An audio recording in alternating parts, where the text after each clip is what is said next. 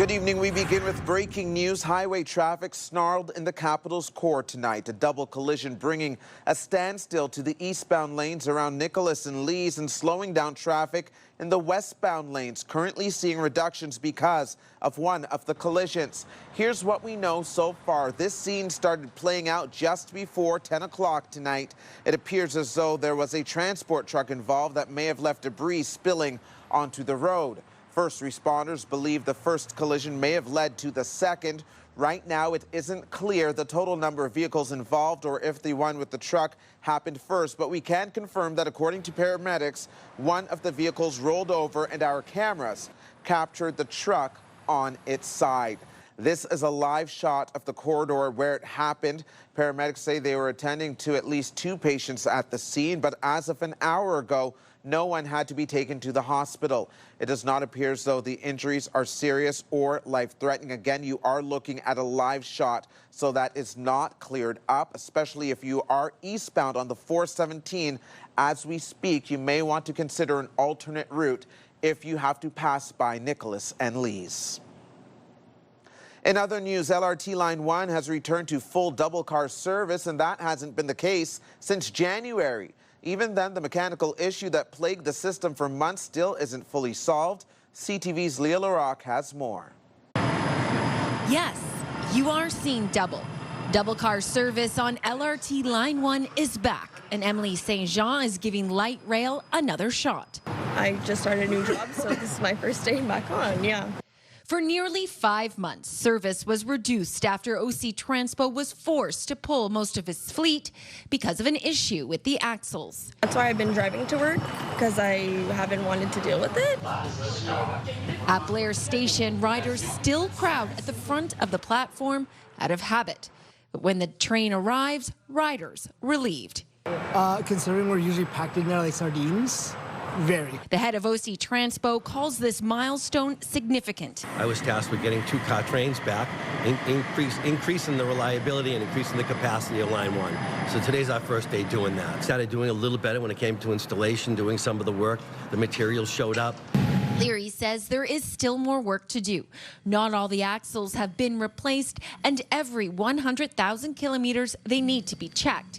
And there is still no root cause, but he believes the system is more reliable. I've said it many times, over the 30-year life of a vehicle like this, there'll be many, many modifications, re-engineering, improving the products. It's not unique to Ottawa. A sensor has been installed on several vehicles to monitor for irregular vibrations or issues. Yes, but let's see what happens when Orleans is going to be working. Rick Leary says the next step is getting set for the Eastern Extension to open. He says he's having meetings every day and is hoping to nail down that timeline as soon as possible. The shortage has delayed trial running on the Eastern Extension. But for now, a little more legroom. Good news, according to riders, to get light rail back on the right track. That sounds good to me. I feel like it's a little crammed sometimes. What do you think? Feels pretty good. There's enough spaces for everybody. Leah Larocque, CTV News. And we have extended coverage on the city's transit troubles. Just go to our website, ctvnewsottawa.ca. Here's a live look through our Centennial Glass Sky Cam. The current temperature is 16 degrees. And here's Jackie Perez with what else you can expect. We have clear skies for our overnight going into Tuesday. The good news is we'll have lots of sunshine in store and much warmer temperatures. We could see an anticipated 30 degrees for our daytime high, but we're going to start things off around 15 degrees. You could leave the umbrella at home. Might want to wear on the sunscreen, though. By 8 p.m., things are still going to be quite warm at 27 degrees. Now, Tuesday will be nice and clear. It's not until Wednesday, though, that we could see some scattered showers rolling in. We'll get those details for you and much more in just a bit. Thank you, Jackie. RCMP say an Ottawa man is dead after a multi-vehicle crash in Nova Scotia. It happened in Lunenburg County about an hour outside of Halifax. Police say a truck entered a construction zone where traffic was stopped and collided with 3 other vehicles. The 65-year-old from Ottawa in one of the vehicles died at the scene. The 64-year-old passenger in that same vehicle suffered life-threatening injuries.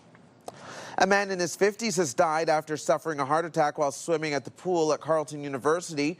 Paramedics were called to the campus around 8 p.m. last night. The man was rescued by a lifeguard who performed CPR along with a campus security guard until paramedics arrived. He was pronounced dead in hospital. Conservative leader and former Ottawa MP Pierre Poilievre is appealing to Albertans to remain in Canada, all while pushing for federal policy changes to ease separatist sentiments. Those who are choosing separation from Canada are not our enemies. Demonizing people who have lost hope in Canada is no way to restore it. Name-calling, fear-mongering, and ostracizing will only worsen and broaden the divide. Poilievre also urged Alberta to work with other provinces rather than pull away from them. That message as Premier Doug Ford works from Washington this week. He's there to meet with top U.S. politicians and business leaders and make a case against U.S. tariffs and protectionism. To Quebec now, where new details are emerging about the sale of one of the country's most iconic resorts. Ottawa Senators owner Michael Andlauer is part of a local group bidding on the Fairmont Chateau Montebello. The 100-year-old resort is about an hour drive east of Ottawa. CTV's Josh Morano headed there this morning. The Fairmont Chateau Montebello could soon be under new ownership, and a group from the capital region is interested. It's an iconic asset. It's close to home. It's in our backyard, and there's so much history there. We need to celebrate history. Devcor Group CEO Jean-Pierre Poulin confirming to CTV News Ottawa Senators owner Michael Andlauer reached out to him about joining a bid to purchase the famous resort. We beefed up the team to resubmit. I think we got the team, and the proposal that we did is a proposal to win. The group also includes Spa Nordique's Martin Piquet. It says it wants to keep the property locally owned, which is welcome news for businesses in the area. Tourism just goes all around Montebello area. We're like a big resort here, so if you help the hotel, you kind of have to help, the business all around it. We all know how much he care about, investing and being part of the Gatineau region as much as the Ottawa region. So it feels that it's a perfect opportunity for us to do that. The resort was put up for sale in 2024 after its previous owner, Evergrande, a Chinese real estate firm, was ordered to liquidate billions of dollars in assets after accumulating significant debt. It's good to keep it in Canada for sure. If there's somebody who wants to do it, current owners aren't able to do it, then that's not a bad thing, is it? While Poulin hasn't specified how much the group is offering, he says they've submitted a fair bid. It's more than just a number. It's important for this asset to have the right owner with the right vision and the depth on all fronts, right? Financial, construction, development, all of this to do what's the best for the employees, for the Fairmont. Josh Morano, CTV News, Montebello. Pomp and pageantry in the capital. Today, Louise Arbour has officially been sworn in as Canada's 31st Governor-General. I want to thank Prime Minister Carney and His Majesty King Charles III for entrusting me with the opportunity to serve another great Canadian institution in this new role over the coming years.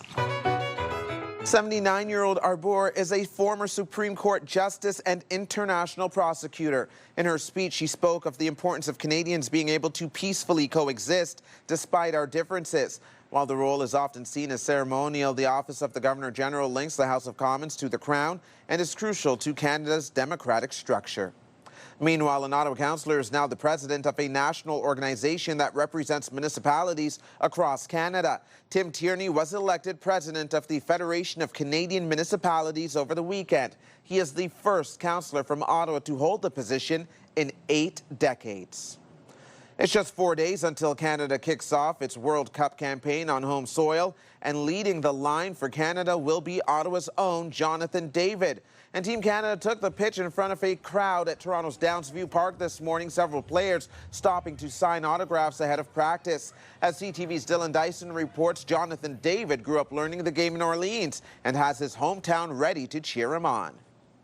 Jonathan David, he's got there! Before Turin, Italy. Poke through for Jonathan David, and Lille take the lead. And before Lille, France, it was Ottawa, Ontario, Canada. From Ottawa, Ontario, Jonathan David, you're going to the World Cup.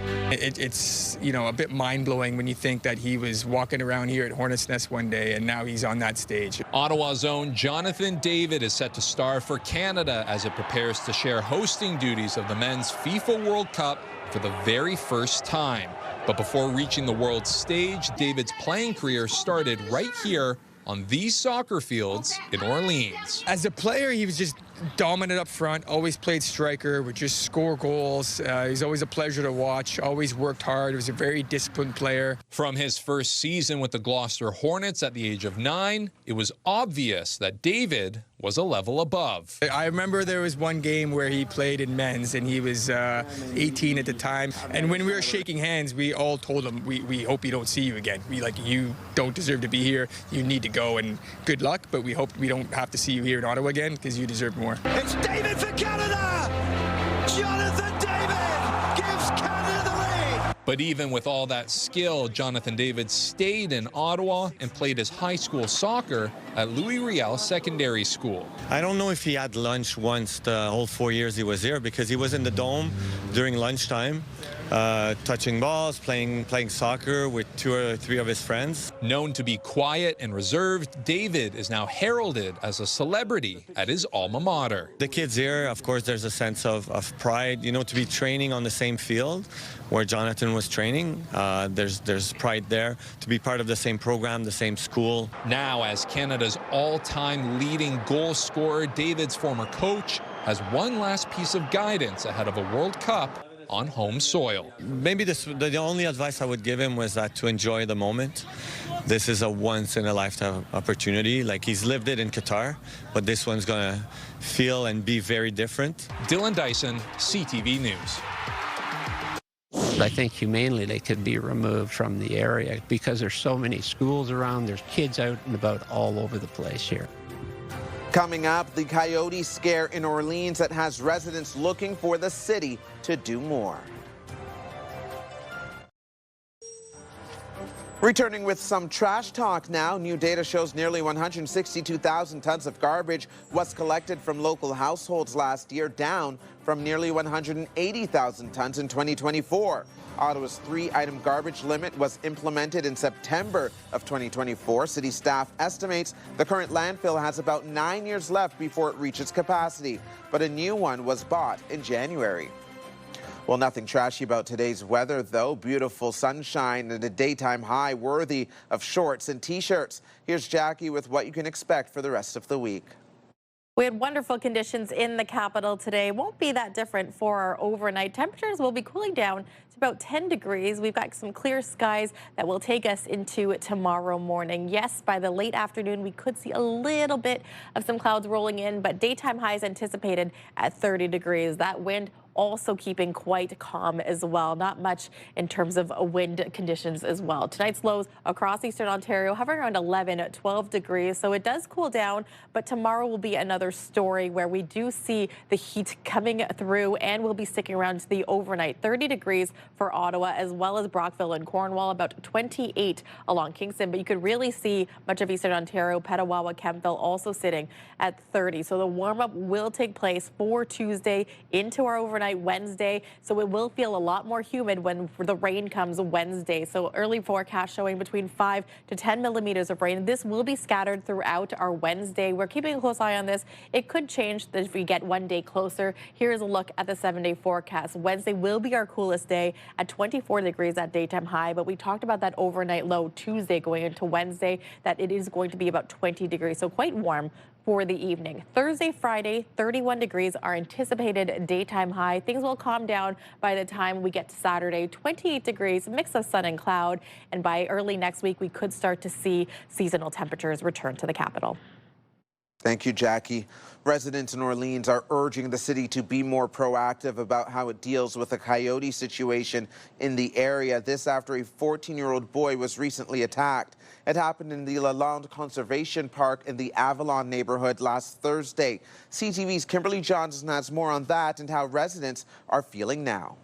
No, I don't go into there. I don't go into the forest. I stay away. Don Misson says he sees coyotes in his Orleans neighborhood at all times of the day. Just recently, he had to use this blowhorn to keep one away from a woman and her dog on a nearby path. My wife ran back, got an air horn, and gave it a beep from here, even where we live, which is about 100 yards from it, and the dog, coyote, could see lift his head and finally took off. With more encounters, Misson says he'd like to see changes. I appreciate the coyotes have to have a place to live. There's so much construction going around, but I think humanely they could be removed. On Thursday, a 14-year-old boy was attacked by 3 coyotes and left with injuries to his left leg. In recent weeks, the city has posted no entry warning signs near the den at Lalonde Conservation Area. This resident says he'd like to see more of a balance. Be more proactive. So what we had in the beginning, there was police tape out kind of boarding off these small paths. If we know that there is still the chance, we should probably put up at least barriers to impede people from trying to cross these paths. The vice president of the Greater Avalon Association says when the coyotes were first spotted weeks ago, the city told her to expect them to move on at the end of June. If you remove wildlife habitat, then we have more wildlife in the city. In my point of view, they're doing what they can with this situation. Residents remained mixed about the situation. I think you just have more coming in because in the surrounding areas there's all kinds of coyotes. I think humanely they could be removed from the area because there's so many schools around, there's kids out and about all over the place here. Kimberly Johnson, CTV News.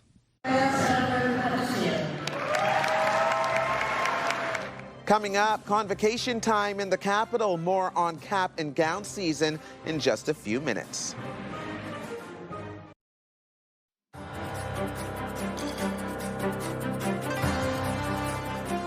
Hundreds of students walked across the stage at a convocation ceremony at Carleton University today. And while it's an exciting time, many are worried about looking for a job in this economy. CTV's Camille Wilson reports on the happy occasion, also coming with some hesitancy.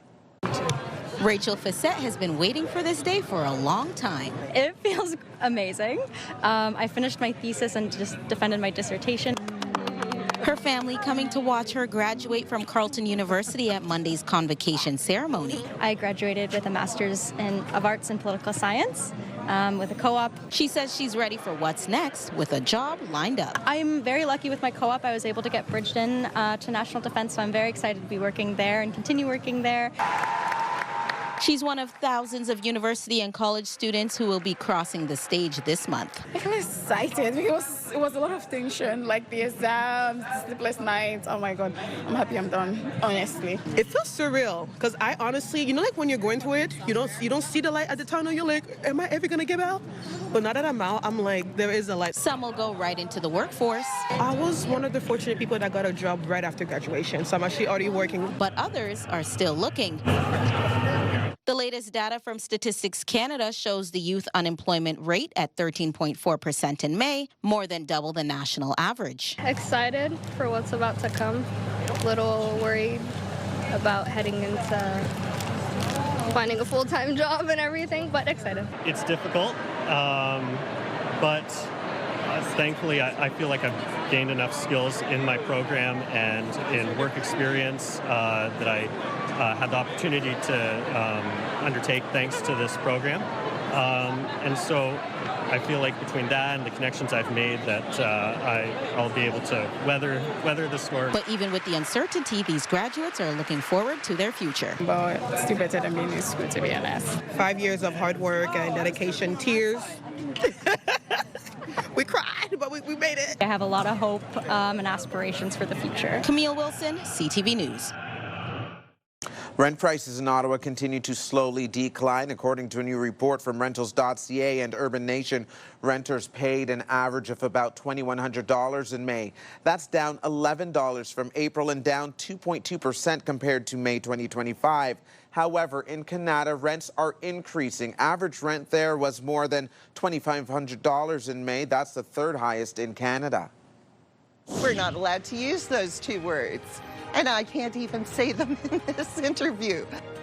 Still to come, the FIFA brand worth billions could cost you big time if caught trying to sell something using the World Cup trademark without their blessing. Taking a live look at the Queensway, new developments on the 417 where traffic was snarled by a double collision, one of which involved a transport truck on its side. Both the westbound and eastbound lanes at Nicholas are completely clear now, traffic flowing well. In developing business and consumer news, the Strait of Hormuz closure isn't just impacting oil prices. A global helium shortage is also putting pressure on some balloon shops here in the capital. For some, helium prices have doubled or worse, and this is not the first time the supply of helium has taken a hit. It's the fifth in the past 20 years, the fourth coming when Russia launched its full-blown invasion of Ukraine in February 2022. Osama Altawil runs the Balloon Lady Ottawa with his wife. He says his supplier gave him an early heads up, so he bought in bulk about 4 times his usual order. We're like, yeah, of course, we want to stock up on the helium. So luckily we managed to get our hands on some helium tanks. And so far we have enough supply to cover, let's say, just the summer. And hopefully he still has more. Canada is estimated to have the 5th largest helium resource globally, but the country produces just 3% of the global supply. It's a crucial gas also used to manufacture semiconductors and for medical imaging, prompting those in the industry to call on political leaders to boost Canada's domestic production. Well, as the World Cup approaches, expect to be inundated with commercials from official FIFA sponsors. But as CTV's John Woodward reports, there are guerrilla marketing campaigns trying to hitch a ride on the event's momentum. Our screen will be in front of the mural. Susan Puff is getting ready to turn this parking lot into a soccer watch party in a few days. That will be on Friday with Team Canada, so we hope everybody comes and cheers them on. The Broadview Danforth Business Improvement Association's poster says cheer on Team Canada, but there are some words you don't see. We're not allowed to use those 2 words, and I can't even say them in this interview. So you will have to say them. Okay, I'll say it. The words are World and Cup. Trademarks that FIFA is jealously guarding because its sponsorship revenue is worth billions. They're typically huge companies, first of all, because you have to remember a FIFA sponsorship at the highest level, let's say a Coca-Cola, for example, might be anywhere from $150 to $200 million. But there are other businesses trying for publicity as well. Tim Hortons is just celebrating its soccer heritage. Canadian airline Air Transat has poked fun at sky-high ticket prices, comparing them to actual flights. A campaign that's taken off, says creator Rafik Belmesk. When there's a big event like this, it's important for brands to capitalize on some of the momentum that's happening on the field and some of the conversations that the fans are having. Metrolink's offering a limited edition soccer Presto card. Vancouver's TransLink agency selling out of its soccer ball-shaped transit passes. And potshop Cosmic Charlie's on Toronto's Queen Street West isn't selling a World Cup trophy bong. They're saying, we have our championship bong. How close can I fly to the sun without getting my wings burned off? Trademark lawyer Mei Cheng says these efforts are often tongue-in-cheek, but cross the line and the cease and desist letters will come. They're inviting trouble, if I can put it that way. Well, trouble Susan Puff wants to avoid. We've been creative, we've got a great plan, and everybody's going to have fun. She knows that even if the words World Cup aren't on the poster, the fans will understand. John Woodward, CTV News. When we return, a slam dunk win for Canada's U18 basketball team. More details shortly. Here's another live look outside through our Centennial Glass Sky Cam where it is 16 degrees. And here's Jackie with your wake-up forecast.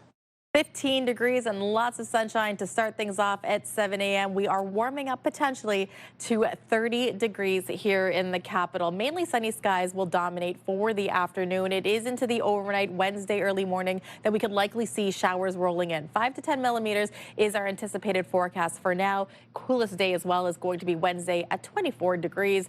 Thursday, Friday, though, it will likely be very humid. Daytime highs hovering and anticipated around 31 degrees.